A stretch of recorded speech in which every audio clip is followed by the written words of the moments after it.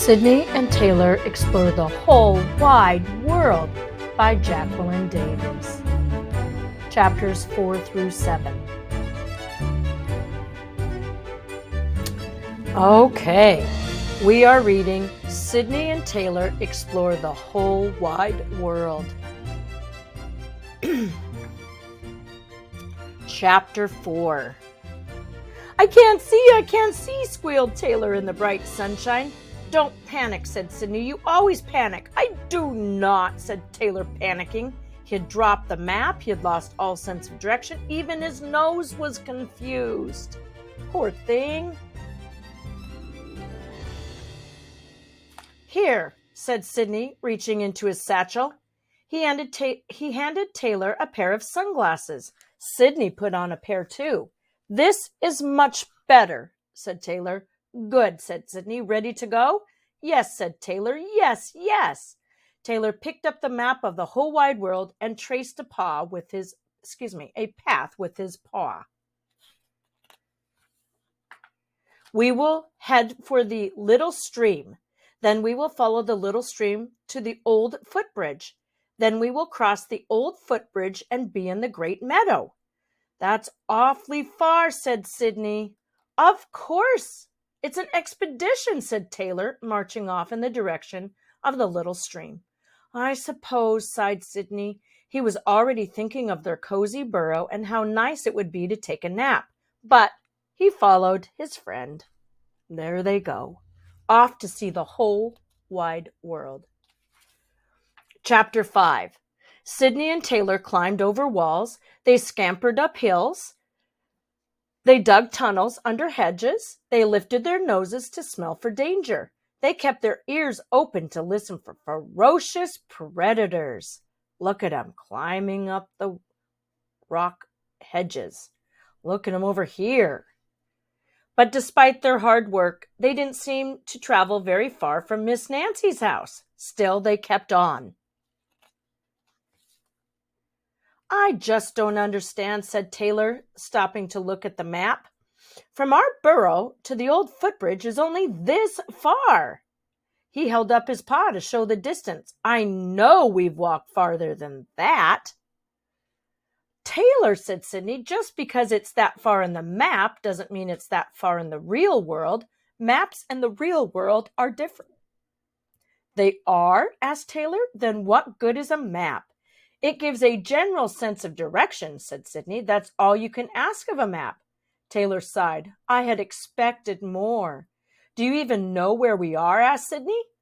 Taylor shook his head. We are hopelessly lost.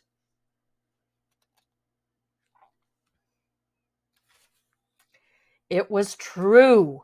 Nothing looked familiar. Nothing sounded familiar. Nothing smelled familiar. Slowly, Taylor could feel his spine begin to bend. Hedgehogs curled up into a spiky ball when they were frightened. None of that, said Sydney firmly. This is our expedition, and these are places unknown. Just what we wanted. Come on. Sydney walked off quickly. Taylor straightened his spine and scrambled to catch up. He almost rolled up. Chapter 6. Is this the part of the expedition where we stop to eat? Asked Taylor after a few minutes later. Absolutely, said Sydney. Let's each have a tuna fish sandwich and some cheese, and then we'll be on our way. He sat down expectantly. Taylor looked at Sydney and blinked in the bright sunshine. But you told me not to bring any food, he said. Uh-oh.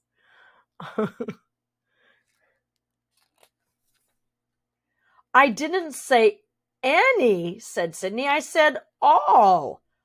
Oh, said Taylor. I must have mixed up the two. What have you got in your backpack then? Asked Sydney. Mosquito repellent, said Taylor, and sunscreen. Can't eat those. Sydney frowned. You left all the food behind? Every crumb, said Taylor. Every crust, every carrot, every pot of pudding. There was pudding? Asked Sydney. Chocolate with little bits of marshmallow, wailed Taylor. Oh, look at what they were imagining.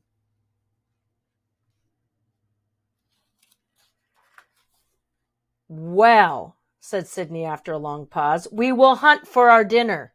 Hunt? Taylor couldn't remember the last time they had hunted for food. They always rummaged their supper out of Miss Nancy's garbage can.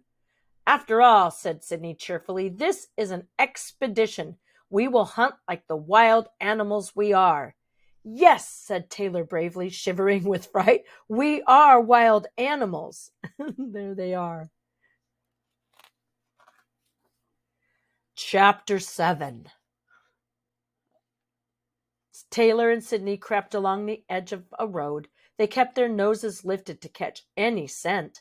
When they heard water nearby, they left the road and scrambled to the top of a small hill. At the bottom of the hill was a stream. Sidney and Taylor looked at the rushing water. Frogs, whispered Sidney. Go get 'em. Me? Why me? Because you're the one who left the food at home, said Sidney. Taylor sighed. I don't know about this. He waddled down the steep slope to the water's edge where an army of frogs was gathered. Excuse me, said Taylor. He was shy around strangers. I hate to bother you, but, well, I'm not quite sure how to do this. What are you trying to do? Asked one of the frogs. She was shiny and green, with eyes the size of marbles. Hunt, said Taylor proudly. She's telling the frogs. Hunt what? Asked another frog. Well, you, said Taylor, who was a very honest hedgehog. The frogs began to laugh. Ha, ha, ha, ha. One of them laughed so hard he fell off his rock. Because who would tell them that they were going to be hunting? If I were you, said one of the frogs, I would worry less about hunting and more about being hunted. She pointed up the hill. And with that, all the frogs dove in underwater. Taylor looked up the hill. Chapter 8. And that's where we're stopping today. What is it? I hope he doesn't get eaten. If you enjoyed Sidney and Taylor Explore the Whole Wide World, you might want to try the other books in the series. You also may want to read other books written by Jacqueline Davies.